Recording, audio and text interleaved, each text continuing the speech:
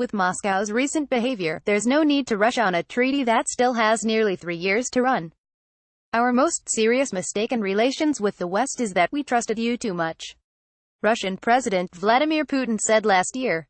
It's an odd lesson to have drawn in the wake of the good faith but failed U.S. effort at reset with Russia, promised flexibility on missile defense plans, and the bilateral New START arms control treaty under which only the United States had to reduce its nuclear warheads. Russia broke the trust engendered by these efforts, and chose instead the paths of deception and aggression. With the Trump-Putin summit in Finland quickly approaching, commentators are urging President Trump to ease tensions, to build trust with the Russian bear. But it is clear that Putin believes Russia has itself been burned, and that the only real trust in the Russian government is the loyalty shown to Putin himself. Before you can trust anyone, you must first respect them. Even a cursory overview of recent Russian actions shows that Moscow does not respect the United States, the NATO alliance, or international norms. In just the past year, Russia has used chemical weapons in the UK, defended the notorious chemical weapon user President Bashar al-Assad in Syria, violated multiple arms control treaties, and interfered in European elections. Related, a no-cost, no-brainer of a nuclear deal related, a Trump-Putin meeting, start with New START related, Putin just gave Trump the arms race he sought. These are not the actions of someone who is simply misinformed or lacks trust. Yet some commentators believe that it is because of these dangerous policy differences that President Trump should propose extending the New START nuclear arms control treaty to President Putin. Subscribe, receive daily email updates. Subscribe to the Defense One Daily. Be the first to receive updates. The New START treaty, which the US and Russia signed in 2010, capped the number of strategic nuclear weapons each side could deploy. The treaty's limits will expire in February 2021, but can be extended, if both sides agree, by 5 years. Proponents of extending the treaty generally argue that both the United States and Russia benefit from the insights gained by inspections of their rivals' nuclear forces and the stability of knowing that those forces are capped in number.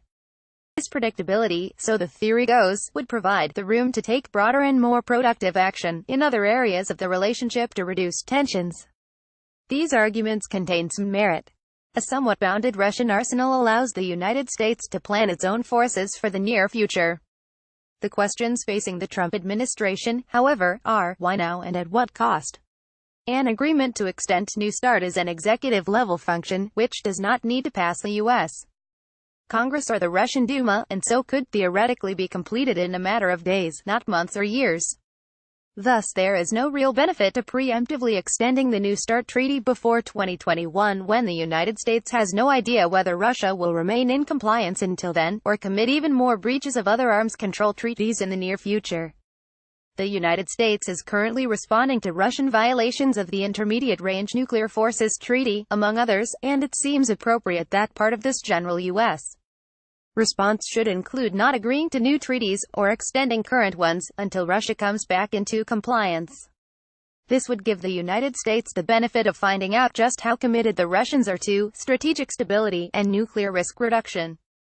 If Putin truly values insight into the U.S. nuclear arsenal, then he will come into compliance with all nuclear arms treaties. If, however, Putin is simply using the New START treaty to hold the U.S. nuclear arsenal down while he builds and deploys more nuclear weapons that lie outside the treaty's limits, then it will quickly become apparent. As the most transparent nuclear power, by far, the United States provides plenty of open-source data for the world to see about the future of its nuclear arsenal. It also complies with its treaty obligations, Russian disinformation and crocodile tears notwithstanding. In the end, it is Russian deception and aggression that is leading to an increase in the risk for nuclear war, not the United States. Prudence therefore dictates waiting until February 2021 to see whether the extension of the New START treaty remains in the U.S. national interest. Incidentally, that date is 1 month after President Trump or his successor is sworn into office, perhaps with different arms control policies. Such a monumental decision should be decided by the U.S. administration that will have to live with its effects the longest. Which leads to the second question about extending New START, at what cost? Arms control treaties can help reduce the number of nuclear weapons, the costs to maintain them, and the possible damage of a nuclear war. But is it really true, as some proponents of extending the New START treaty believe, that it reduces the risk of nuclear warfare? Like all good social science questions, the answer is yes and no.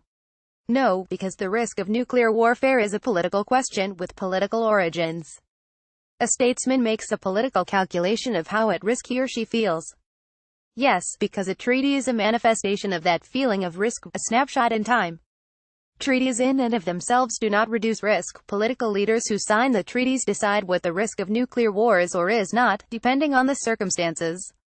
This becomes obvious in light of Russia's increased use of nuclear threats in the past few years, despite signing the New START Treaty in 2010. A treaty can certainly inform a political leader's perception of risk, but it is only one of many factors. This is not to say that President Trump should not pursue risk reduction measures when he meets with President Putin. He should. But extending the New START Treaty now is unnecessary, would reduce future bargaining leverage, and sends a signal of accommodation to President Putin, the opposite of what he needs. Instead of a futile quest to restore President Putin's lost trust in the West, President Trump and his team should concentrate on restoring a Russian attitude of respect for the United States and the NATO alliance. And what does Russia respect? According to then NATO military chair Gen. Petr Pavel, Russia respects power.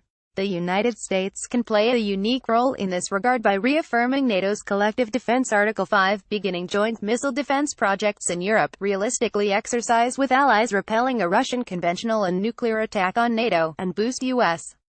armored presence in Europe. Above all, President Trump should convey in his meeting with President Putin that the United States does not treat nuclear and chemical weapon threats lightly, adding for effect, "Trust me.